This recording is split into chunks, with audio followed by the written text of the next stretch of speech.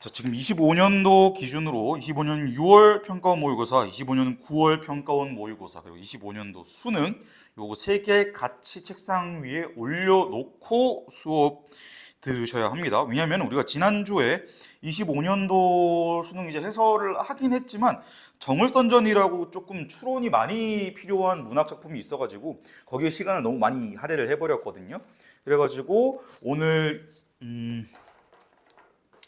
그러니까 25년도의 경향성을 볼 건데 25년도 수능 6월 9평 이 경향성을 당연히 이제 우리가 독서 이렇게 볼 것이고 뭐 문학 볼 것이고 중간중간에 독서론이나 언변화작에서 조금 변동이 있다면 주목할 문제 보는 방식으로 마지막 이제 파이널을 진행을 할 예정인데 지금 여기 부분에서 조금 오버가 됐어요. 그래서 25년도 수능 부분의 독서 특정 지문들 그리고 특히 25년도 6월과 9월에서의 독서 지문들이 상당히 조금 그래도 예상 가능한 선에서 어려워지고 쉬워지고 하거든요. 그러니까 독서에서 그렇게 많은 변화를 주고 있진 않고 올해도 사실상 6월 평가원 모의고사, 9월 평가원 모의고사 봤을 때 독서에서 변동을 주진 않았어요. 아직은. 근데 이제 그리고 이제 이번에 이제 정부 인사이동이 조금 있고 나서도 기존의 기조를 유지하겠다. 그러니까 사교육을 너무나도 많이 요구한 우리 흔히 생각하는 추론이 포함된 문제들을 제외하고 교과 과정만 공부했을 때 성적이 잘 나오도록 하겠습니다. 뭐 이런 식으로 이제 얘기가 나왔어요. 오피셜하게. 그래서 작년이랑 올해랑 비교했을 때 큰 변동이 있을 것 같진 않다. 이제 경향성에서. 다만 이제 그걸 고려해서 생각을 해봤을 때 독서는 평이하게 나올 것이고 문학은 조금 어렵게 나올 것인데 그럼 우리가 알고 싶은 건 뭐겠어요? 평이하면 어떻게 평이하고 어려우면 어떻게 어려운데 그게 이제 궁금한 거거든요, 사실. 그래서 오늘 이제 그 얘기를 조금 위주로 할 겁니다. 특히 독서 관련해서 얘기를 할 거예요. 그리고 조금 더 무거운 문학에 관한 얘기는 다음 시간에 아마 오프라인으로 진행을 하는 게 조금 더 나을 것 같습니다. 그래서 그렇게 한번 해 볼 것이고, 다만 이제 좀 이따가도 얘기할 거지만은 25년도 수능에서 뭐 정을선전도 그랬고요. 그리고 현대소설에서 배꼽을 소재로 한 변주곡도 그랬고, 그다음에 현대시에서 산문시죠. 허수경의 혼자 가는 먼집. 우리 이제 뭐 당신 점점점 킥킥 이러는 거 있잖아요. 이런 거 보면은 이제 늘 했던 얘기예요. 늘 했던 얘기인데 수능에서 이제 새로운 시도를 안 하진 않아요. 항상 해왔긴 해. 근데 이게 난이도에 얼마나 크리티컬하게 영향을 줬느냐가 변수인 거지 안 하진 않아. 그래가지고 6평, 9평이랑 똑같이 나올 거라고 너무 방만해 있으면 안 되고 6평, 9평에서 우리가 얻을 수 있는 걸 얻어가되 사설 실무 그리고 예기출 몇몇 문제들 그리고 EBS 문제들 이용해서 당연히 어느 정도 예상 가능한 변수에는 대응할 수 있어야 한다라는 거죠. 그래가지고 조금 더 거시적인 관점에서 보면 사실 독서만 놓고 보았을 때 오답을 유발하거나 정답 선지의 근거가 있거나 이게 조금 달라졌어요. 그러니까 제가 이제 보통 얘기하는 게 거시적인 부분에서의 독서가 중요한 부분이 있고 미시적인 부분에서도 중요한 게 있다라고 얘기를 하잖아요. 그러면 만약에 그 이전 23년도 6월 이전 거를 생각을 해보면 일단 미시적인 부분 그러니까 한 문장, 한 문단 단위에서는 우리가 흔히 얘기하는 말장난을 그렇게 안 쳐줬어요. 그러니까 용어를 조금 통일해줬다라는 거지. 일관성 있게. 그나마. 그리고 용어를 통일성을 준 대신에 문장 안에서 정보가 조금 밀도 높게 들어가 있는 경우가 많았어요. 그러니까 정보의 밀도가 높다. 한 문장 안에서 우리가 이제 제가 이제 2월 달부터 누누이 말씀드렸던 밀어넣는 정보가 굉장히 중요하게 작용을 했고, 그러니까 이제 이전. 그리고 조금 더 어려운 문제들의 경우에는 거시적인 부분에서도 우리가 읽기 힘들게 함정을 많이 넣어 놓는다. 그게 이제 대표적으로 당연히 추론이겠죠. 그래서 그러니까 문단 단위가 아니라 일종의 큰 덩어리, 봤을 때 한 덩어리가 여기 있고 두 번째 덩어리 여기 있고 세 번째 덩어리가 여기 있으면 알고 보니까 여기 맨 앞에 있는 덩어리랑 맨 밑에 있는 덩어리가 연관성이 있고 이거 두 개를 연결을 해놔야, 즉 멀리 떨어져 있는 정보를 추론을 해야 전체 흐름이 이해되는 경우가 많았거든요.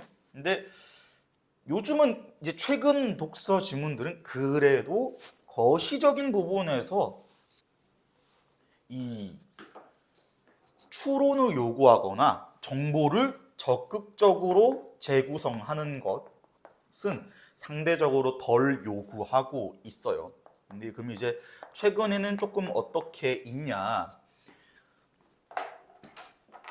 미시적인 부분에서 생각했을 때 용어 통일 안 하는 경우가 있다. 그래서 용어 통일을 안 한다라는 것은 지문 안에서만 그런 게 아니고요. 선지 안에서도 그렇고 지문과 선지 사이의 용어도 동일하게 안 써줘요. 그래서 이따가 보겠지만은 예를 들면 새롭게 창조된 의미라는 게 있으면 선지에서는 그거를 생성된 의미라고 얘기하거든요. 그러니까 뭐랄까 흔히 얘기하는 이 기계적으로 그냥 읽어서는 이제 못 잡아내겠죠. 당연히 실제로 의미를 이해를 해야 한다. 그냥 글자 모양을 거의 그냥 구조적으로만 독해한다고 땡이 아니고 글자를 읽어서 어휘랑 문장을 실제로 이해해야 조금 문제를 쉽게 풀어낼 수가 있게 됐다라는 거. 거시적인 부분에서 또 장난을 안 치는 건 아니에요. 어떻게 치냐면 이제 분별을 조금 중요시합니다. 분별. 그러니까 범주가 있어, 카테고리가 있으면 그 카테고리 간의 경계를 조금 텍스트 양을 상대적으로 적은 부분에 확실한 경계를 넣어 놓는다던가 아니면 제가 누누이 이야기하는 엄밀한 차이, 예를 들어서 A와 B라는 두 가지의 카테고리가 있으면 이 두 번 한 번 나누는 걸로 끝내지 않고 이 안에서 또 나누는 경우가 있거든요. 그러니까 이 두 가지가 요 위에 있는 이 1번이랑 2번 정보가 비슷해 보이더라도 완전히 같진 않아. 조금 달라. A랑 A'처럼 조금 달라. 그러면 여기서 핵심은 이거 두 개를 구분할 줄 알아야 한다라는 거고 그 구분 기준이 뭔지도 알아야 한다라는 거. 근데 이제 이게 왜 어렵다? 얘랑 합쳐지면 용어 통일성이 없다라는 특징이랑 합쳐지면 이거 생각보다 그냥 이렇게 쉽게 잡아내기가 어렵다라는 거. 대신 이제 조금 추론이랑 재구성을 막 요구하지는 않기 때문에 이 큰 덩어리의 정보들을 다시 재구성해서 내가 머리를 굴려가지고 여기서 무슨 말을 하는지 훨씬 능동적으로 좀 재구성을 하고 해체도 하고 소화도 하고 이거를 좀 덜 요구하긴 해요. 덜 요구하긴 해. 대신 이 카테고리를 열심히 잘 나눌 수 있어야 한다. 그리고 카테고리 사이에서도 당연히 공통점이나 차이점이 있겠죠? 그러니까 이 어디까지 교집합이고 어디까지 차집합인 거 확실히 알아내야 된다. 그래서 그게 조금 이 특징적이다라고 보시면 되겠습니다. 그나마 조금 이 대비하는 입장에서는 이렇게 나와주면은 그래도 흔히 이제 얘기하는 이 양치기를 하면서 약간 방향성만 좀 알고 양치기 하면은 그래도 효과를 좀 보기가 더 좋아요. 이거에 비해서는. 왜냐면 이 부분은 정말 개인적으로 생각하기에는 지문을 완전 해체해가지고 이걸 구조를 다 파악을 한 다음에 이 구조들을 패턴을 찾아서 조금 풀어줬어야 되는 건데 이런 형태로 나오면 그나마 논리적 패턴 자체는 덜 중요해지고 문장 하나하나, 단어 하나하나 자체를 조금 면밀하게 독해해내는 능력이 중요해진다라는 거. 그래서 그렇게 되어 있고 그리고 이제 여기서 이제 독서만 가지고 얘기했지만 독서랑 문학 둘 다 공통적으로 조심해야 하는 게 있어요. 아까 이제 말했던 용어가 통일성이 없다라는 것에서 비롯되는 거예요. 그러니까 용어 통일성이 없다라는 것, 문학도 그렇고요, 독서도 그런데 우리가 가끔 보면은 이거 내신스럽다, 혹은 지엽적이다, 혹은 말장난이다, 치사다라고 느끼는 것들이 대부분 다 요걸로 오답을 유발하면 그렇게 느껴진다. 그래서 저거 어떻게 대응을 해야 되나? 이게 사실상 거의 올해 작년부터 시작된 이 올해 키워드라고 생각을 하는데 저는 뜻과 지시체를 확실히 구분할 줄 알아야 한다라고 저는 생각을 해요. 이게 논리학에서 조금 중요한 부분인데 그 전까지는 용어를 통일해서 써주다 보니까 거의 독서 지문에서 특정 단어 하나하나가 약간 좀 과하게 말하면 기호처럼 작동하고 있었거든요. 굉장히 기계적으로. 근데 이제 용어 통일성을 없애다 보니까 실제로 그걸 의미론적으로, 기계론적으로, 구조적으로 말고 의미론적으로 이해해야 조금 훨씬 더 쉽게 문제가 풀리는 경향성이 있어요. 그래서 요 두 개를 구분하는 게 중요하다. 그럼 이게 뭐냐? 이게 이제 이 뜻은 말 그대로 그 문장의 의미를 얘기하는 거고 이 지시체는 그래서 그 문장이 지시하는 게 뭔데? 라는 얘기를 하는 거예요. 이게 이제 조금 제가 또 철학 좋아하니까 TMI를 섞자면 고톨로프 프레게라는 사람이 있어요. 고톨로프 프레게. 이제 수학 교과서에 있는 집합과 명제 부분은 거의 다 그 사람이 만들었다고 보면 되는데 이게 이제 그 사람이 이제 실제 그 책에서 논문에서 나오는 내용이에요. 거기서는 이제 한국어로 번역을 했으니까 예를 들어서 샛별이라는 말이 있고 그 다음에 개밥바라기 별이라는 말이 있고 그리고 뭐 주피터라는 말이 있다고 가정을 해요. 그러면 이 글씨들의 의미는 다 달라요. 그렇죠? 샛별은 어떤 특정한 별을 지칭하는 순우리 말이고요. 개밥바라기 별도 특정한 별. 그러니까 이게 실제 의미는 그러니까 설로는 개가 밥을 먹고 싶을 때, 배고파 할 때쯤에 뜨는 별이다 해서 개밥바라기 별이라고 뭐 한다고 하더라고요. 그리고 이제 주피터 이제 이렇게 되어 있는데 이 세 개가 다 특정한 별을 지칭하는 말이에요. 근데 어쨌든 간에 얘네가 지시하는 건 뭐다? 목성이에요. 그렇죠? 근데 이제 의미는 다 다르지만 얘네가 지시하는 건 목성이라고 똑같다라는 거. 그럼 아까 그대로 적용해 보면은 이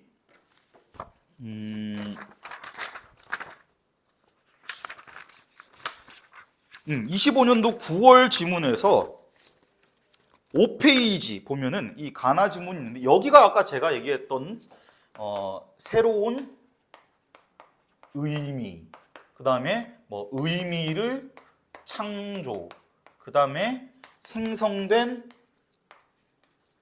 의미 요런 게 선지랑 지문에서 계속 나오거든요. 근데 이게 어쨌든 간에 얘가 표현은 다르겠지만 지시하는 건 똑같아요. 지시하는 건 똑같아요. 이게 이제 바쟁이 생각하기에 영화 특히 이제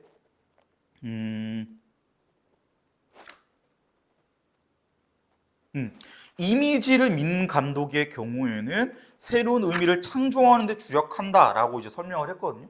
그러면 거기서 이게 영화에서 창작되는 새로운 의미라는 건 똑같은데 표현은 다 다르게 했다라는 거예요. 그래서 이쪽에 있는 걸 뜻이라고 그러고 이쪽에 있는 걸 지시체라고 하거든요. 그러니까 이 뭐 용어까지 알 필요는 없고 이게 겉보기의 글자랑 실제로 알맹이가 지칭하는 거랑 뭐가 다른지 구분하는 능력이 이제는 매우 중요해졌다. 왜 그러냐면 그 전에는 앞에서 어떤 이제 A라고 지칭을 했으면 얘의 의미는 고정이었어요. 그냥 B로 고정이었어. 두 개 사이가 고정이어서 B 얘기하면은 A 얘기라고 받아들이면 됐었고 A 얘기하면 B 얘기라고 받아들이면 됐었는데 이제는 C라고 다른 이름으로 지칭하기도 하니까 얘가 실제로 지금 적혀 있는 의미랑 실제로 알맹이가 지시하는 거랑 어떻게 다르고 어떻게 같은지 조금 잘 알아내야 한다. 이거는 독서, 문학, 지문, 선지, 보기 다 공통적으로 나타나는 특성입니다. 네, 그래서 요거 중요하다는 얘기했어요. 하나만 더 해볼까요? 근데 이제 그 훈민정음을 창제한 사람 조선의 몇 대죠? 대정대세문단세 조선의 7대 왕 그리고 뭐가 있을까요? 사군육진? 역사 몰라서 잘 기억이 안 나는데 사군육진인가? 하여튼 그거 한 사람, 그 이제 정벌한 사람. 그럼 얘네들이 이제 결국에는 다 같은 사람을 이야기하는 거죠. 이도라고. 그렇죠? 그러니까 우리는 여기서 이 하얀색을 읽고 있지만 머릿속에 들어올 때는 이 녀석이 들어와야 한다. 이게 어려운 이유가 이도, 뭐 목성처럼 확실하게 내가 알고 있는 단어 중에 지칭할 수 있으면 모르겠는데 이것처럼 조금 모호하게 지칭이 되는 경우도 있어요. 그래서 그런 경우에는 이게 뭐 정확히 뭔 말인지 모르겠는데 추상적으로 머릿속에 넣어 이렇게 하시지 말고 요거 여기서 교집합으로 지칭하는 무언가, 내가 이름은 모르지만 그 X가 이 지시하는 내용이구나. 알맹이의 실제 지시하고 있는 대상이구나. 알맹이가.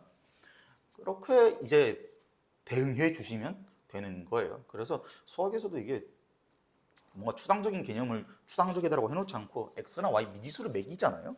그렇게 하는 게 생각하기가 편하니까 똑같은 거예요. 국어에서도. 그래서 이게 추상적인 의미라고 해서 내가 머릿속에 추상적으로 이해해도 된다는 뜻이 아닙니다. 그냥 의미의 특성이 추상적이라는 거지 이해를 추상적으로 해도 된다는 게 아니에요. 그러면 이제 이거를 머릿속에 딱 넣으시고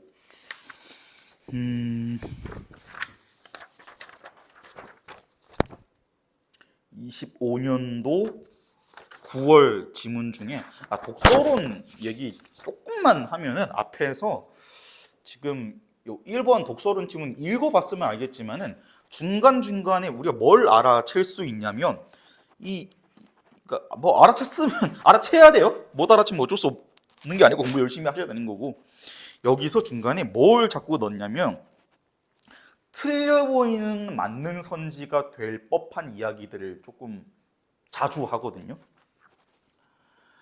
봅시다. 학습 목적으로 글을 읽을 때 독자는 문자 이외에 그림, 사진 등의 시각 자료가 포함된 글을 접하곤 한다.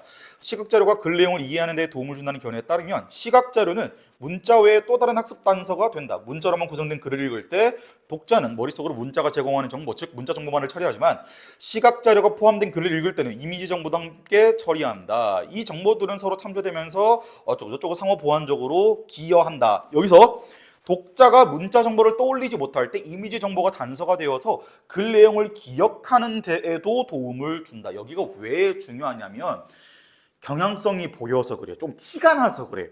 앞에서 보면은 이 시각 자료가 어떻게 활용되는지를 이야기한 거예요. 그렇죠? 그러니까 문자 정보랑 이미지 정보가 머릿속에서 서로 참조되면서 연결해서 상호 보완적으로 기여합니다라고 이해의 영역에서 얘네가 어떻게 작동하는지 설명을 한 건데, 1문단의 마지막 문장에서 갑자기 그냥 어떻게 그러니까 기여가 연관되어서는 어떻게 시각자료랑 이 텍스트가 서로 작용하나를 얘기를 하고 있거든요. 그러니까 한 문단 안에서 갑자기 그냥 카테고리가 바뀐 거예요. 이야기한 카테고리가. 이런 거 중요하다라고 계속 말씀드렸어요, 저는. 시각자료는 글 내용과 관련해서 어떤 목적으로 쓰이는가에 따라서 예시적, 설명적, 보충적 시각자료로 구분할 수 있다. 예시적 시각자료는 시각화, 동그라미 치시면 되고, 그리고 어쩌고저쩌면서 글 내용을, 설명적 시각자료는 글에서 다룬 내용을 보완하는 목적으로 쓰인다. 여기서 조금 의심, 약간 이 깨림칙함을 느끼면 좋은데, 왜 그러냐면 예시적, 설명적, 보충적이라는 언어를 썼잖아. 그치? 그래서 지금 링크를 각각 해주고 있는 거. 예시적 자료는 시각화하는 게 목적이다. 근데 설명적 자료는 글에서 다룬 내용을 보완한대요. 그러니까 보완한대요. 그 다음에 보충적 시각 자료는 글의 주제와 관련이 있지만 다뤄지지 않은 내용을 추가해서 보충하는 목적으로 쓰니까 이것도 봐. 보충이래요. 그러니까 이게 지금 얘가 두 개가 굉장히 비슷해 보이거든요. 비슷해 보일 뿐더러 사실 이게 그러니까 솔직히 이 단어 꼬라지만 봤을 때 여기 이제 보완이라고 적혀 있으니까 왠지 이거랑 짝지 짓고 싶단 말이에요. 그렇죠? 설명이라는 단어랑은 공유하는 글자가 없잖아. 근데 여기서는 지금 보라는 글자가 3번이나 반복이 되잖아요. 왠지 가족일 것 같잖아. 아니라는 거죠. 그러니까 이제 아니라는 게 중요한 거고 플러스 얘네 두 개가 굉장히 같은 결처럼 보이죠. 보완에도 보충하되 실제로 의미도 사전적 의미도 비슷하게 느껴지지만 굉장히 결정적인 차이점이 있죠. 뭐예요? 얘는 이미 그래서 다뤘어. 근데 이 친구는 다루지 않았다고. 그러니까 이게 이제 엄밀한 구분이죠. 그러니까 우리가 읽으면서 아 여기서는 이제 보완하고 보충한다 그랬으니까 글자가 다르네. 어쨌든 간에 다른 건가 보다 이러고 뒤에 여기 앞에서 이 설명 부분에서는 앞문장에 있고 여기서는 뒷문장에 있거든요. 이거 두 개가 다른 기준이 다뤘냐 안 다뤘냐구나. 그러니까 애초에 읽으면서 잡아가야 되는 거예요. 애초에. 그러니까 문제 들어가서 이거를 뒤늦게 나누려고 하면 풀리기야 풀리겠지. 근데 시간 잡아먹잖아. 스태미나 잡아먹잖아요. 어쨌든 그래가지고 보충하는 목적으로 쓰인대요. 이에 따라 보충적 시각 자료는 글 내용의 범위를 확장하는 특징이 있다. 그래서 얘는 범위를 확장한대요. 그러면 이게 얘네 두 개에서 그러니까 지금 나는 진짜 한 얘기 계속하고 있는데 이 보면은 주제가 여기서 지금 얘가 무슨 역할을 하는지를 얘기 땅땅땅 했잖아요. 그 다음에 이게 이제 지문에 있었나 없었나 지문 유무를 얘기를 하고 있어. 근데 여기서는 지금 갑자기 뭔 얘기하고 있어요? 얘가 범위 확장에 쓸 수 있나 없나 이야기하고 있잖아. 그러면 이러고 끝냈지만 우리는 머릿속으로 뭐 해야 된다? 가능한 경우의 수가 있다면 미리 확보해야 된다. 그럼 얘는 이미 있는 걸 다루는 거니까 범위 확장이 안 되겠지. 얘도 안 되겠죠. 있는 걸 다루고 있고 있는 걸 시각화하니까. 그렇죠? 그러니까 이 습관이 되게 별거 아니지만 애초에 읽으면서 머릿속에 깔끔하게 들어와 있는 거랑 어정쩡하게 들어와 있어가지고 문제랑 보기 읽으면서 이 더 엉킨 거랑 차이가 많이 나요. 체감 난이도가. 아시겠죠? 그 다음에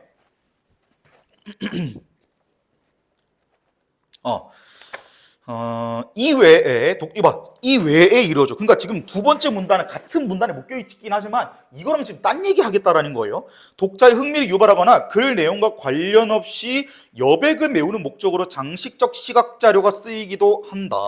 그러면 이게 지금 장식적 시각 자료가 쓰인대요. 이 녀석이 하는 역할은 뭐 흥미, 그 다음에 여백 채우기 용이래요.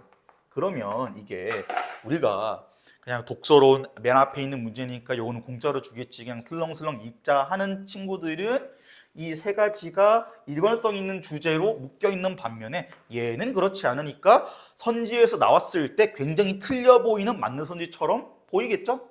그래서 이 실제로 문제를 맞췄냐 틀렸냐 그게 중요한 게 아니고 이런 경향성이 보이잖아. 지금 그게 중요한 거잖아. 우리 실력 키우는 건 이미 6, 7, 8월 달, 9월 달까지 다 끝내놨어야 되는 거고 이제는 우리가 경향성 꼬라지 보면서 너네 이번에 이렇게 내겠네. 괜찮아. 나 준비해놨어.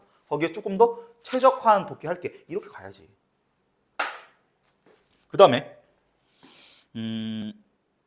글 내용과 관련된 시각 자료 포함한 글을 읽을 때 독자는 그러니까 이거 읽을 때예요. 읽을 때 독자가 어떻게 해야 되냐면 시각 자료 관계를 살피고 강조된 중요한 정보를 파악해야 하는 뭐 당연한 얘기죠. 시각 자료가 설명 대상이나 개념을 적절하게 표현하는지 효과적으로 쓰는지 판단은 뭐 당연한 얘기예요. 이것도 이런 당연한 얘기는 그냥 위치만 괄호로 표시해놔가지고 나중에 혹시나 찾아야 되면은 빨리 찾을 수 있게 하면 되겠죠. 이를 토대로 독자는 글 내용과 이에 적합한 시각 자료를 종합하여 의미를 구성해야 한다. 그러니까 종합하여 해가지고 의미를 구성한데 우리 제발 초심을 잃지 말고 다시 옛날로 돌아가면 내가 이 스파이더 센스 얘기 되게 많이 했어요. 그렇죠? 스파이더 센스 얘기 많이 했어. 그러니까 우리의 반사신경이 반짝반짝 거려야 되는 그런 단어들이 있다고 했는데 이 위험 단어들 특징 중에 가장 중요한 게 뭐였어요? 이게 얘네가 성립 기준이 그러니까 난이도가 높았다고. 성립 난이도 높았다. 이게 왜 높은 건데 커버할 수 있는 범위가 적었다니까? 그러니까 그 의미가 커버할 수 있는 범위가 적었다고. 글씨 미안 날아갈게. 적었다고. 그러니까 종합을 해서 의미를 구성한다 독자는. 그러니까 이게 그러니까 니네가 보기도 알지 굉장히 구체적이죠. 그러니까 아 여기서 결론을 이렇게 내주고 있구나. 앞에 있는 정보 바탕으로 독자 이렇게 하라고 행동강령 주고 있구나. 뭐 그렇게 읽어주시면 되는 거고. 그 다음에 독자는 매력적인 시각자료에 사로잡혀 읽기의 목적을 잃지 않고 낯설고 복잡한 시각자료도 읽어내는 능동성을 발휘할 필요가 있다. 그래가지고 여기서 지금 조금 여기도 이제 약간 이 깨름칙한 거 하나 얘기를 해요. 그러니까 이 주의점이거든요, 사실상 주의점. 그러니까 매력적인 시각 자료에 정신이 팔려가지고 목적을 목적을 잊는 거를 조심해야 된대요. 그렇대. 낯설고 복잡한 시각 자료도 읽어내는 능동성. 그러니까 능동성.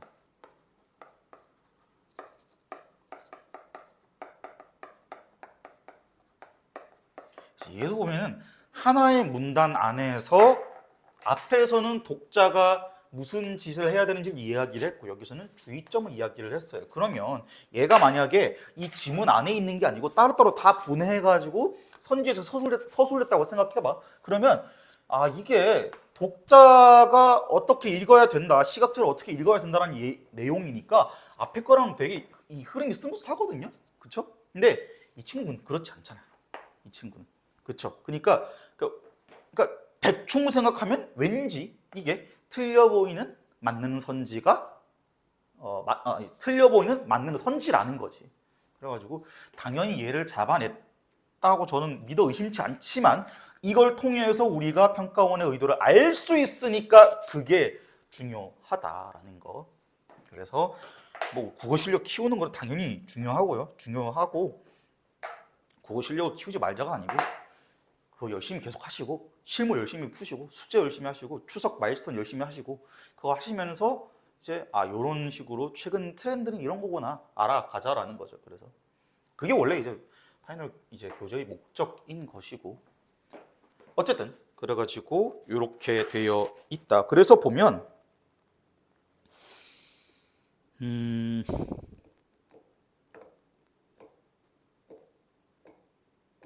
그러니까 1번 문제에서 1번 봐요. 시각자료는 여백을 채우는 목적으로 쓰이기도 한다. 그러니까 왠지 그냥 뇌피셜로 했을 때 여기서 계속 시각자료가 이런 게 있고 이걸 어떻게 하세요라고 매우 중요한 것처럼 이야기했기 때문에 시각자료의 말하자면 단점, 그러니까 엄밀히 말하면 주의점을 설명을 하고 있는 선지를 보면 그냥 흐름이 다른 얘기 같으니까 1번을 골라버릴 수 있다고. 매혹적이라고.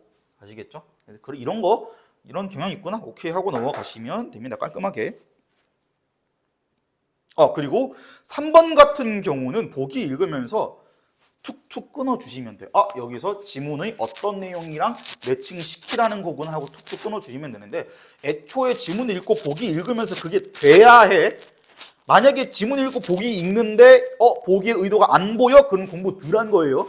아직 훨씬 더 많이 해야 되는 겁니다. 아직 한참 모자란 거예요. 그 다음에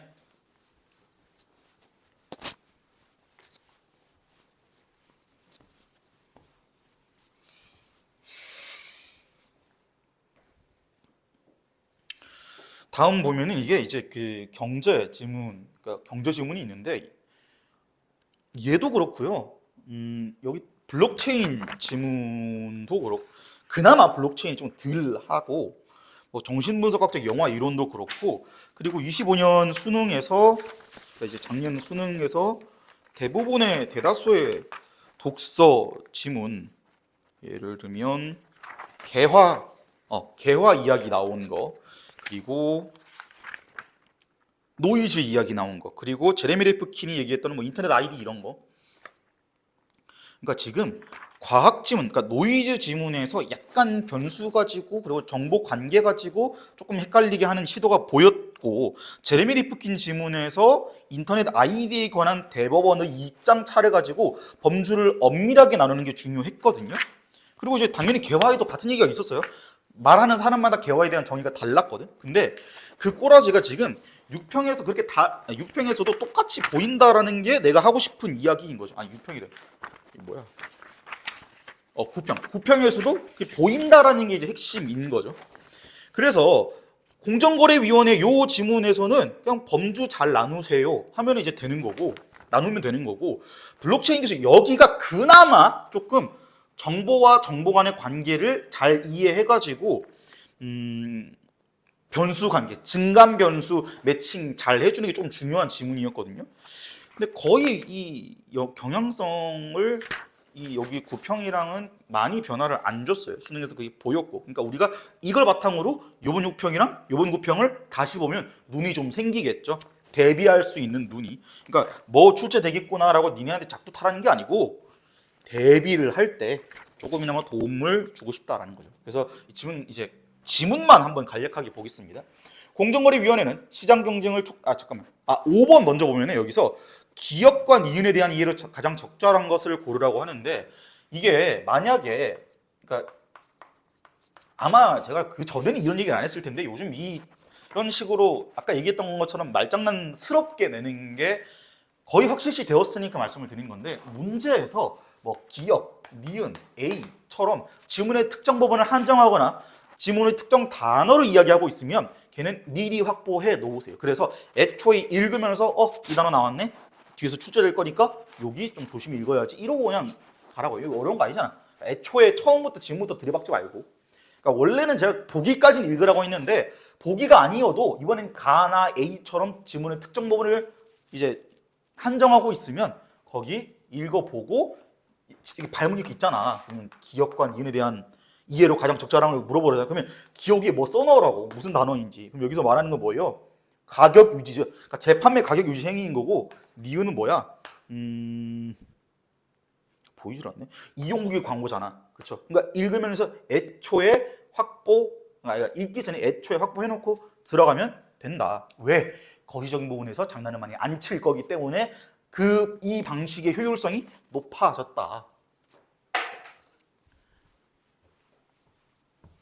그래서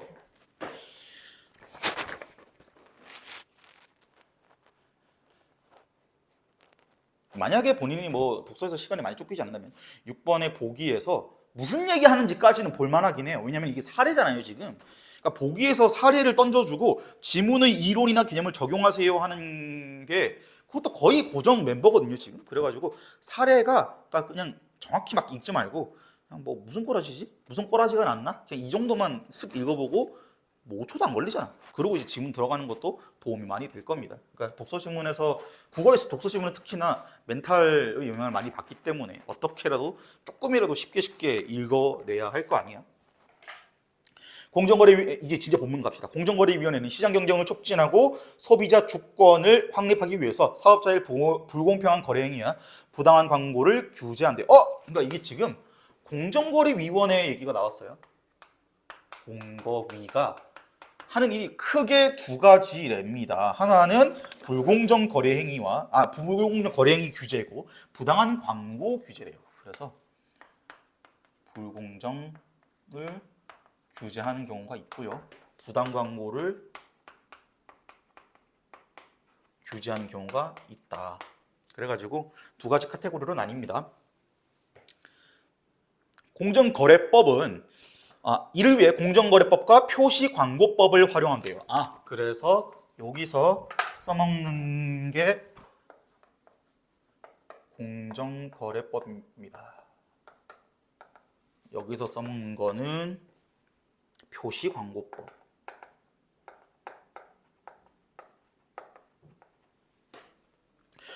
공정거래법은, 그러니까 여기 다시 지금 위로 올라왔죠. 공정거래법은 사업자의 재판매 가격 유지 행위를 원칙적으로 금지한다. 그럼 이 짓거리가 재판매할 때 가격 유지를 금지시킨대요. 그러면은 우리가 이미 카테고리가 뭔지 알고 있고 이 거시적으로 장난 안 칠 걸 알고 있잖아. 그러면 이게 불공정 거래를 규제하기 위해서 한 거니까 이 재판매 가격 유지 금지를 한다는 게 뭔지는 모르겠지만 저거랑 연관이 있겠네, 이 생각하면서 읽어주면 되겠지. 그래서 이거는 상품 용역을 거래할 때 거래 상대방 사업자 또는 그 다음 거래 단계별 사업자에게 거래 가격을 정해서 그 가격대로 판매 제공할 것을 강제하거나 그 가격대로 판매 제공하도록 그 밖에 구속 조건을 붙여 거래하는 행위다. 그러니까 거래를 하는데 거래 상대방에게 가격을 강제한다라는 거죠.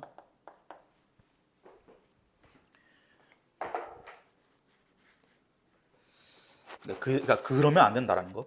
이때 거래 가격에는 재판매 가격, 최고 가격, 최저 가격, 기준 가격이 포함된다. 그래서 여기서 이제 이 재판매 가격에 포함된 거, 그러니까 이것도 이제 금지의 대상인 거예요.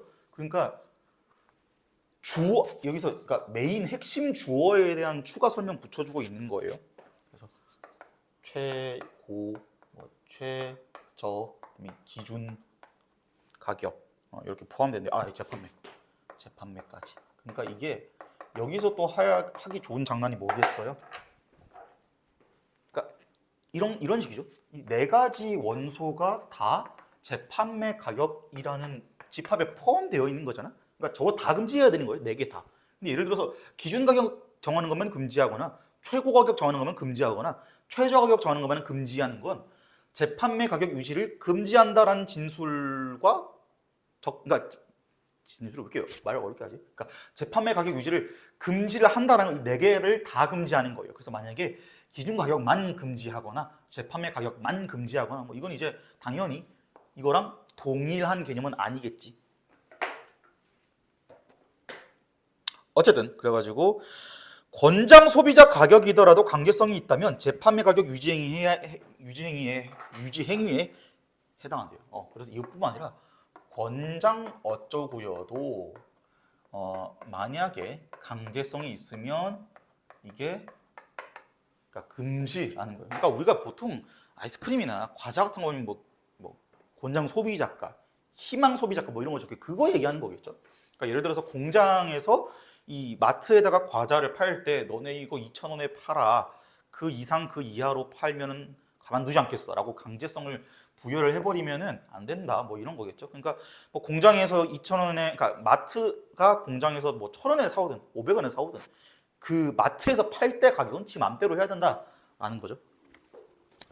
재판매 가격 유지 행위는 사업자의 가격 결정의 자유, 즉 영업의 자유를 제한하고 사업자 간 가격 경쟁을 제한한다. 자, 그러니까 이게 이 금지를 하는 게 그러니까 뭘 위해서겠어요? 가격 결정의 자유.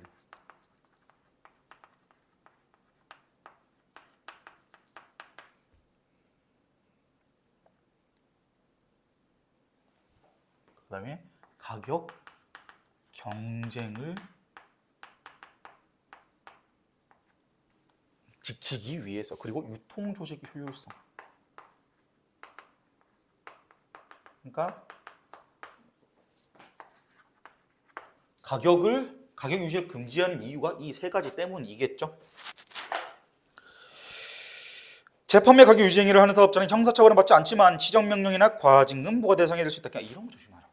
이런 거. 그러니까 지금 경계를 굉장히 명시적으로 탁 잘라줬잖아요. 그러니까 이건 맞는데 이건 아니야. 나대 이 법 D야. 이 얘기를 하잖아요. 그러니까 얘네가 형사처벌은 받지 않는데 시정, 과징금은 받을 수 있다. 그럼 우리 이제 독자라니까 여기서 보이잖아요. 그러면은 형사처벌이 가능한 무언가가 또 등장할 수 있겠죠. 혹은 형사처벌이 되고 시정이나 과징금을 못 때리는 무언가가 있거나 너무너무 예상이 되는 서술 방식입니다. 안 되면 문제 있는 거고. 다만 공정거래법에 따라 공정거래위원회가 고시하는 출판된 저작물은 금지 대상이 아니래요. 그러니까 이게 지금 이게 보통은 금지 대상인데 여기 이제 예외가 있대요. 고시하는 출판물.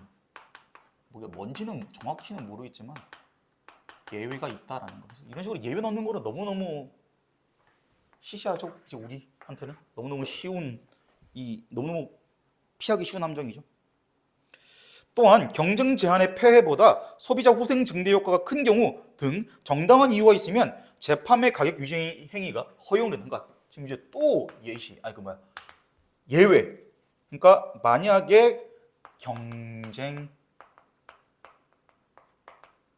제한의 손해보다 소비자 후생 증대가 크다.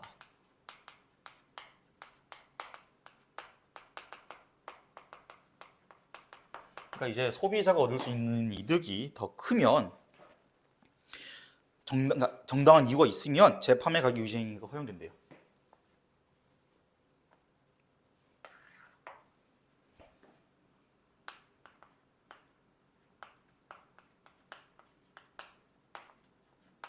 근데 대신 얘는 입증을 하셔야 된다. 누가 요거 물건을 구매하는 소비자가 입증을 해야 된다. 라고 하면 안 된다. 소비자가 아니고 사업자가 입증을 해야 한다. 그 다음 표시광고법은, 그러니까 넘어왔어요. 다른 카테고리로 여기 밑으로 넘어왔어. 표시광고법은 소비자를 속이거나 오인하게 할 우려가 있는 부당한 광고를 금지한대요. 알고 있는 얘기야 이미. 광고는 표현의 자유와 영업의 자유로 보호받는데요. 그래서 얘가 일단 표현이랑 영업은 이게 이제 둘 다 이제 자유가 있다라는 거. 하지만 사실과 다르거나 사실을 지나치게 부풀리는 거짓 과장 광고, 사실을 은폐하거나 축소하는 기만 광고를 금지한다. 그러면 이 얘네들이 금지하는 게 놀랍게도 딱 두 가지로 나뉘는 거예요. 뭐? 부풀리는 거. 부풀리는 게 뭐다? 거짓, 과장. 그다음에 마이너스, 은폐, 축소. 그래서 뭔가를 얘는 있는 걸 없는 걸 있다고 얘기하는 거예요. 있는 걸 없다고 얘기하는 거죠. 이를 위반한 사업자는 시정명령이나 과징금 부과 또는 형사처벌 대상이 될 수 있다라고 우리 이미 한참 전에 준비해놨죠. 형사처벌 가능하고요. 시정명령이랑 과징금도 가능하다. 추천 보증과 이용 후기를 활용한 인터넷 광고가 늘면서 부당광고 심사 기준이 중요해졌대요. 그러니까 지금 부당광고 심사 기준이야. 둘 다에 해당되는 설명이에요. 기준이 있어. 공정거래위원회의 추천 보증 광고 심사 지침, 인터넷 광고 심사 지침에 따르면 추천 보증은 사업자의 의견이 아니라 제3자의 독자적 의견으로 인식되는 표현에서, 여기서 잠깐 그 문장 길잖아, 그렇죠? 근데 이 추천 보증과 이용 후기를 활용한 인터넷 광고가 늘었대요. 근데 여기선 지금 추천 보증에 대해서만 이야기하고 있어요. 그러면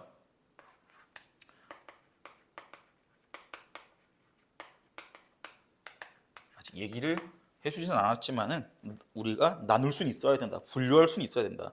왜냐면 분류해놨을 때 손해는 없어요. 그렇죠? 그러니까 A, B, C 이렇게 쭉쭉 있는데 이거 우리가 실수 내가 뭐 예를 들면 뒤에 지문에 설명 안 했는데 분류를 미리 다 해놨어. 그럼 그냥 합쳐가지고 머릿속에 성 때려 넣으면 돼. 근데 이거를 안 분리해 놓잖아요? 그럼 나중에 뒤에 있거나 문제 풀면서 이걸 머릿속에서 다시 끄집어내가지고 다시 해쳐야 되는데 그게 쉽겠니? 그냥 미리 잘라놔 제발. 아시겠죠? 뒤지기 싫으면. 그래가지고 추천 보증 광고 심사 지침과 인터넷 광고 지침에 따르면이에요. 그러니까 이게 지금 두 가지 기준을 적용을 한 거야. 여기도 지금 아주 음흉한 티가 나지 않습니까? 추천 보증 지침. 그다음에 인터넷 광고 심사 지침. 그래서 얘는 사업자 의견이 아니래. 그러니까 이거 봐, 참 이것도 나대이 법비하자. 그러니까 범위 딱 잘라주고 있잖아. 이거 왜 못 잡아가니? 추천 보증은요 사업자가 아니고 제3자의 독자적 의견이래요. 그러니까 사업자 의견이 아닙니다. 제3자예요. 그리고 독자적이어야만 해요. 해당 상품의 용역 장점의 상품 용역의 장점을 알리거나 구매 사용을 권장하는 것이다. 경험적 사실을 근거로 추천 보증을 할 때는 실제 사용해 봐야 하고 추천 보증하는 내용이 경험한 사실에 부합해야 부당한 광고로 제재받지 않는데요. 그래서 얘는 또 추가로 필요한 게 뭐겠어요? 이게 경험이 필요하다. 그러니까 경험을 근거로 해야 한다는, 그냥 막 지키면 안 된다는 거야. 추천 보증이 광고에 활용되면서 추천 보증을 한 사람이 사업자로부터 현금 등의 대가를 지급받는 등 경제적 이해관계가 있다면 게시물에 이를 명시해야 한다. 경험에 근거도 해야 되고요. 그 다음에 대가성을 만약에 대가성이 있다면 명시를 해야 된다. 그래서 우리 막 옛날에 그 비광고 뭐 이런 것 때문에 난리 나지 않았어요? 그러니까 그런 거 이야기하는 거겠죠? 위의 두 심사 지침에서 말하는 이용 후기 광고란 위의 두 심사 지침이에요. 그러면 봐 여기서 이 T는 안 내. T를 되게 은근하게 내고 있는데 이 지침 둘 다 여기에도 지금 적용이 된 거야. 그쵸? 후기 광고에도. 그러니까 이 두 가지 지침이 추천 보증이랑 후기 광고 둘 다 기준으로 쓰이고 있다는 거지.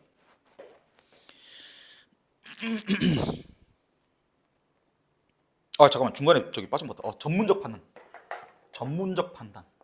if 전문적 판단이면은 얘도 지식, 전문 지식을 근거로 해야 한다. 다시 위의 두 심사 지침에서 말하는 이용 후기 광고란 사업자가 자사 홈페이지 등에 게시된 소비자의 상품 이용 후기를 활용해 광고하는 것이다. 얘는 이제 그러니까 소비자 이용 후기를 활용하는 거예요.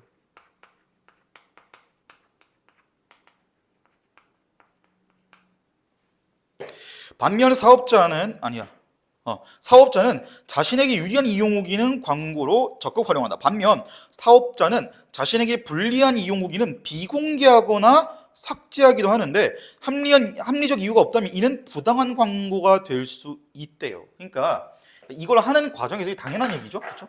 이거 하는 과정에서 이 사업자 친구는 그러니까 유리한 거는 활용을 하겠죠.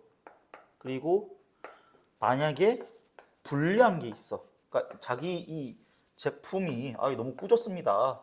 버리세요. 라고 하면은 얘를 삭제하거나 비공개한대.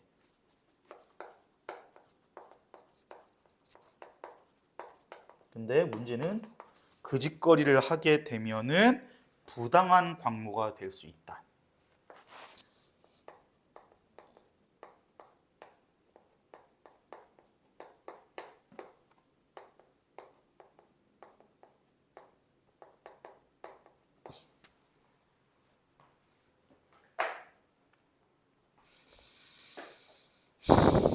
사업자는 자신에게 불리한 이용 후기의 게시자를 인터넷 상명예훼손죄로 고소하기도 한다.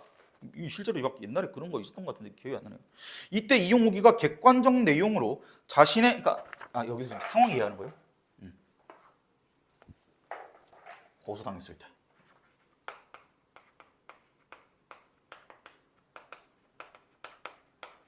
만약에 고소했을 때 이것도 조건이 있어요.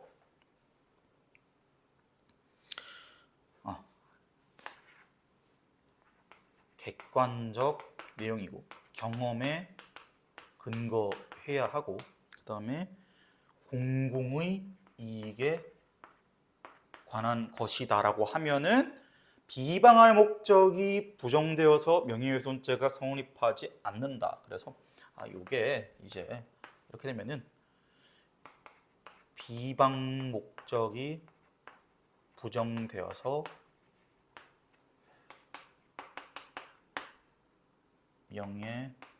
명예훼손죄가 성립하지 않는다. 이거 되게 이 지문에서는 안 그랬지만 우리가 그냥 일상생활 할 때 굉장히 일상생활에 이런 정보가 이제 필요하면 안 되긴 한데 언젠간 필요할 수도 있으니까 그렇죠. 이제 뭐 우리 역전재판 같은 그런 재밌는 법정 게임 이런 거 하다 보면은 이게 되게 중요해요. 그러니까 목적이 부정되었기 때문에 죄가 성립이 안 된다라는 거예요. 그러니까 이게 책임 소재랑 죄는 그러니까 불법이랑 비도덕은 완전 다른 거예요. 그리고 이제 비방 목적이 부정됐기 때문에 명예훼손죄가 성립이 안 되는 거지. 명예훼손죄가 성립이 안 되는 다른 조건들은 얼마든지 더 있을 수 있죠. 우리가 막 뉴스 보면은 되게 심통나는 판결들 볼 때도 있잖아요. 그러니까 어쩔 수 없죠. 그거 있잖아. 그 한 명의 억울한 사람을 만드는 것보다 10명의 범죄를 놓치는 게 낫다. 뭐 이런 그런 게 있잖아요. 10명의 범죄자 용의자를 놓치는 게 낫다. 그러니까 그런 얘기가 있잖아. 그래서 억울하게 벌받는 사람은 있으면 안 된다라는 거죠. 무죄 추정의 원칙이 있기 때문에. 어쨌든 그러니까 얘는 이제 요게 그러니까 단계가 있는 거예요. 당연해 보이지만 이게 돼서 결론적으로 이게 됐다라는 거. 이런 식의 구도 자체는 독서지문에서 너무너무 자주 나오는 거기 때문에 눈에 익혀 놓으세요. 그래서 뭐 4번 보면은 경험적 사실을 바탕으로 한 추천 보증이랑 해당 분야의 전문적 지식이라고 서로 다른 카테고리에, 그러니까 서로 다른 카테고리에 있는 정보 두 개가 마치 한 덩어리인 것처럼 이야기를 했죠. 전문적 지식을 필요로 하는 것은 전문적 판단을 근거로 한 추천 보증인 경우에만 필요한 겁니다. 그리고 5번에 보면 정답이 4번인데 니은은 사업자가 자사의 홈페이지에 직접 작성해서 게시한 이용 후기를 광고로 활용하는 것을 포함하지 않는다. 그러니까 이게 이 문제 보면은 되게 5번에서 알 수 있는 게 뭐냐면은 노골적으로 굉장히 경계를 구분하는 것을 요구하고 있는 거야. 그러니까 이게 굉장히 중요한, 이게 되게 중요한 거예요. 이게 지금. 그러니까 내가 얘기했잖아. 어려운 지문들은 내 실력 키운 용도로 열심히 쓰면 되고 쉬운 지문이라고 해서 안 풀어도 된다가 아니고 쉬운 지문일수록 이런 경향성이 잘 보이기 때문에 경향성을 열심히 그 쉬운 지문에서 뽑아낸 다음에 어려운 지문에서 써먹어 봐야 된다니까? 그 경향성 혹시 이 어려운 지문에 있는 거 아닌가? 그럼 여기 있네? 오케이. 이런 식으로 헤쳐내면 되는 거. 이게 국어 실력 상승의 실체예요. 그냥 막 많이 풀어보면 느린 게 아니라고. 아시겠죠? 그냥 막 많이 푸는 속상해 죽겠어요. 시간 노력 다 썼는데 성적 안 오면 얼마나 속상합니까? Anyway, 그래서 자사의 홈페이지에 직접 작성해서 게시한 이용 후기를 광고로 활용하는 것. 그러니까 이게 지금 사업자가 이 짓거리를 하는 거 얘기하는 거거든요. 근데 지금 니은, 이건 이제 이용 후기는 소비자가 이용한 경우에 이걸 이제 이용 후기 광고라고 칭하는 거예요. 그러니까 사업자는 소비자의 상품 이용 후기를 활용하는 거지 지가 쓰는 게 아닙니다. 지가 작성하는 게 아니에요. 그러니까 이제 이런 게 되게 만약에 이런 걸 틀리면 굉장히 속상하겠죠. 예, 그러니까 약간 그거죠. 이제 지가 틀려놓고 아 시험이 너무 더러워서 제가 틀렸어요. 시험이 너무 내신 티켓에서 틀렸어. 이제 이런 남탓해서 어차피 나아지는 거 없다. 어차피 나아지는 거 없기 때문에 통제할 수 있는 변수랑 없는 변수 잘 구분해서 통제할 수 있는 변수에 최선 다하고 그래도 안 됐다? 그러면 그냥 탈탈 손 털고 나가면 돼요. 아시겠죠? 가끔 그런 경우 있어요. 괜히 뭔가 열심히 했는데 결과가 안 나오면 되게 좌절스러울 것 같잖아요. 굉장히 자괴감 들고. 근데 어정쩡하게 열심히 해보는 사람이 그래. 그러니까 개인적인 생각이야. 어정쩡하게 열심히 해보는 사람들이 진짜 막 정말 열심히 하잖아요. 정말 내가 거기 최선을 다했고 이 이상 못하겠다 하잖아. 만약에 결과가 안 나오더라도 그냥 후련해요. 왜냐면은 일단 첫 번째로는 결과 확인 자체도 크고 두 번째로는 내가 알아 이미. 결과는 안 나왔지만 내가 여기서 얻은 게 굉장히 많다라는 걸 알아요. 그러니까 내가 쌤도 그런 비슷한 경험을 해보기 전까지는 사실 오디션 프로그램 같은 거 봤을 때 이제 막 탈락자들 인터뷰하는 거 보면은 뭐 많이 배워갑니다. 그리고 뭐 참가자들 중에서도 많이 배우려 나섭니다. 난 이해가 안 됐어요. 아니 오디션 나왔으면 당연히 지가 1등 해가지고 데뷔할 생각을 해야지. 왜 저렇게 얘기를 하나? 너무 나이브한 거 아닌가? 그리고 이제 떨어졌으면은 엄청나게 속상해하고 엉엉 울고 이불 발로 차고 이렇게 분노에 취할 것 같은데 저렇게 차분하게 많이 배워갑니다라는 나는 그때 나로서는 이해 안 되는 얘기를 하니까 굉장히 의아했는데 뭔가 비슷한 상황을 몇 번, 뭐 여러 번은 아니에요. 여러 번은. 그러니까 나도 뭐 내가 나이가 많고 현저한 게 아니잖아요. 대충 비슷한 경험들을 몇 번 해보니까 이게 후회가 없어요. 나중에. 그러니까 오히려 결과가 나오든 안 나오든 어정쩡하게 하자. 그게 오히려 후회야. 그게 오히려. 아시겠죠? 그래갖고 목숨 걸고 하셔라. 목숨 걸고 진짜 목숨을 걸라는 게 아니고 최소한 각오라도 그 정도로 가지셔야 한다라는 얘기입니다. 그래서 6번 보면은 A 상품 제조업자랑 뭐 갑 이야기가 나와요. 그래서 박땡땡 교수 그러니까 첫 번째 문장 보면 갑이 사업자에게 판매약을 지정해서 거래했다. 그러니까 여기 지금 이거 했네. 바로 딱 매칭 삥 돼야 돼 그냥. 그 다음에 회사 홈페이지 A 상품에 대한 이용 후기 다수 이용 후기 삥 연결돼야 되고 그 다음에 갑은 그중 A 상품의 품질을 불량성을 문제 삼은 이용 후기 200개를 삭제하고 그 다음에 박땡땡 교수팀이 A 상품을 추천 보조한 광고를 게시했다라고. 그러니까 바로 그냥 이거 지문에서 이거 얘기하는 거지. 오케이, 알았어. 내가 매칭해서 바로 다 고른. 이렇게 가라고. 이렇게 당당하게 가라고. 그래서 그래서 그렇게 보기 읽으면서 애초에 무슨 말을 요구하는지 다 알고 있어야 합니다. 이 정도 독서 지문 난이도에서는, 최근 트렌드에서는.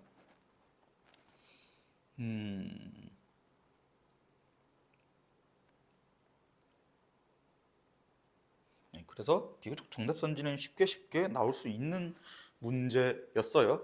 6번에 당연히 정답은 3번입니다. 갑이 거래 상대방에게 판매 가격을 지정하며 이를 준수하도록 부과한 조건에 대해 정당성을 인정받지 못했더라도 그 가격이 권장 소비자 가격이었다면 갑은 제재를 받지 않겠군. 그러니까 이게 지금 너네한테 의도하는 게 뭐예요? 이게 그러니까 합리적 이유나 정당성이란 이야기는 몇 번 나왔거든요. 어딨냐? 이거 끝나? 아닌데?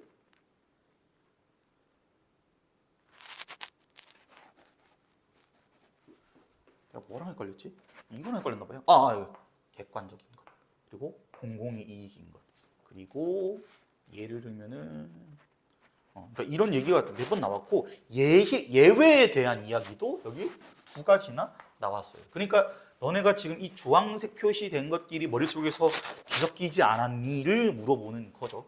근데 이제 여기서 지금 정당한 이유의 경우에는 이제 허용이 된다라고 이야기를 했는데 이제 이것도 이 경우에만 가능한 거예요. 저 경우에만. 그래가지고 그냥 조건이 정당하다가 아니고 이것도 지키면서 그러니까 이걸 지키면서 이제 정당해야 하는 거고, 그리고 사업자가 그것을 입증도 해야 한다. 그리고 여기 보면 만약에 3번 선지에서 정당성 입증을 못 받았더라도 그 가격이 권장 소비자 가격이었으면 제재를 받지 않겠고 이렇게 되어 있거든요. 근데 이거 적어놨잖아요. 권장 소비자 가격이더라도 강제성이 있으면 얘는 금지의 대상이구나 라는 거 너무너무 쉽게 알 수 있잖아요. 그래가지고 솔직히 말하면 그렇게 어려울 거 없는 지문이었습니다. 어려울 건 없었지만 이제 늘 얘기하다시피 여기서 얻어갈 것 자체가 없진 않았다. 그래서 지금 이제 잠깐 이걸 이제 이 시정제 해보시고 전체 지문들 이해 완전히 흡수하시고, 지문 내용을 흡수를 해야 내가 여기서 진짜 하고 싶은 얘기인 출제 경향성이 그때 보여요. 아시겠죠? 그러니까 지문 이해는 선행 스킬이야. 먼저 찍어놔야 돼. 먼저 해놔야 된다고. 그냥 이거 읽고 이거 지문 이해했으니까 난 수업 받아서 아닌 거예요. 코딩이 잘못된 거예요. 그렇게 하면. 아시겠죠? 읽고 지문 이해하고 지문 이해했으니까 경향성 보이네. 이거까지가 내가 의도한 수업이에요. 아시겠죠? 잠깐 쉬었다가 블록체인 지문 하겠습니다.